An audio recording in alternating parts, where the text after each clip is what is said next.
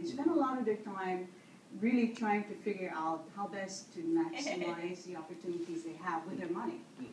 Now, when we talk about money in the bank, you mentioned earlier, what are we looking at for affluent? $100,000, $1 million? Anywhere between $100,000 US to maybe up to about $1 million US. I mean, that would be on the very, very high side. But I would think that $100,000 US is about 4 million, 4.3 million, somewhere there. And that's basically maybe just a starting point. Okay.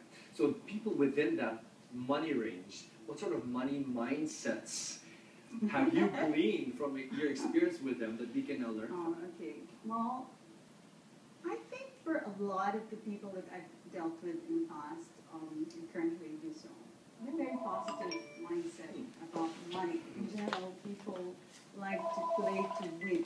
So that sort of mindset, it's very positive. Okay, never mind. And they I'm really watching. believe I'm that watching. they have to make their money work for them. Okay, wait, I'm watching. Can you talk to me about how do their spending habits in general? So they're very optimistic as a whole. Spending habits versus people who are not as affluent, for example. People in general, you have different personalities. But I think that in general, people who I've ended up working with and for a very, very long time, they have set their objectives. So they have their money goals. And money goals meaning what type of lifestyle they'd like to live, what sort of dreams should they have for their children, how can they also help their children get started. So you will have a whole range of people. Some people will be extremely frugal.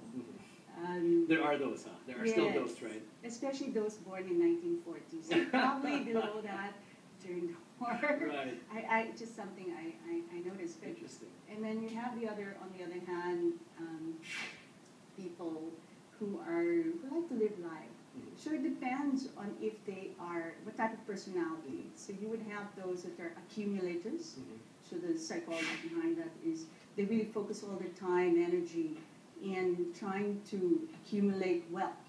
Then you'll have the financial phobics, people who are more, maybe they inherited money, and so they're not very savvy with their investments, so they're a little bit more skeptical and more afraid to talk because they're just not comfortable, but they have a lot of money. And then you have those that are a little bit more VIP types because that they've risen, maybe they're done very well, and they're business leaders, so they like to be seen as I'm successful and therefore I've made it, and so this is the lifestyle they'd like to project. And then you have the others who are more like builders who are very concerned about their families. And so maybe these people are very, very low-key. They don't want to show their wealth. But, they're more frugal. Like what you mentioned earlier. Right. And then these people are more concerned about what it is they're going to leave behind, even to how many generations. In your experience, what percentage of their savings or their money do they actually save? It's quite high. So I think on average it would be at least 20%. Okay. At least 20%. Because for the most part, for those that really play to win, they view it as this is an asset that they can make it really grow. Are they biased towards any particular investment type? In general, people would like to have a balance. So you will still have, you're more aggressive. If you had a portfolio, you don't put everything 100%, you just one item. So you probably segment that. So if you're a risk taker, they would think, okay, maybe I'd only put, 15% my total investment or investable funds into something more risky. Well, take some risk, I'll be more aggressive with this money. I may lose, but if I lose, I'm not going to lose the whole pie. It's probably even just the earnings of the whole pie. So they can live with that. And then for that, they would go into different types of investments, probably equities, sometimes even some hedge funds abroad. Interesting. Sometimes just FX. So it really depends on what their interest and where they feel very comfortable. And then for the most part, you're still talking about the bigger part of their wealth. So if this is a whole portfolio, then majority of that would be, safe money. So safer money meaning more fixed income oriented, maybe some More individual conservative bonds, investments. things that they have a very good or feel for. Meaning maybe they're safer instruments, maybe they're like government securities, Right. Okay. or they're issued by corporations that are very Again, more stable. rigid. Yeah, Yes. very stable. Okay, I'm really curious. People who have that much money, do they even still look at life insurance? Absolutely. Why? Well, like I said, these people play to win. And if I were to ask you, do you want to earn 10% on your money, but you'd have to place $100 to make $10. That means you have to shell out 100% of the investment today, right? So what would your reaction be?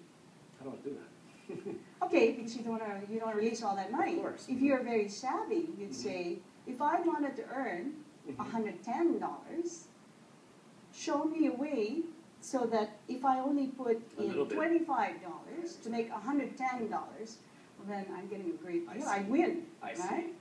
And that's basically the concept of insurance. You put away some money today, and you don't put it all lump sum. You can divide it over the next 5, 10, 15 years, whatever.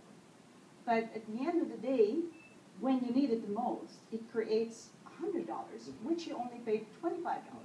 So that is the concept of leverage. Understood. Depending on your year, your age, and certain other factors, it could be 1:4 or 1:2. So my question is, with all that money, how do they even calculate how much insurance they would need? You use life insurance as a risk management tool. And what that means is, at some point, there's a liability that's going to be paid. Maybe it's a tax liability, because these people are very rich, Sure. they own a lot of assets, and at some point, when they pass on, somebody's going to have to pay for this, right? So you would have to calculate based on what they are worth, what sort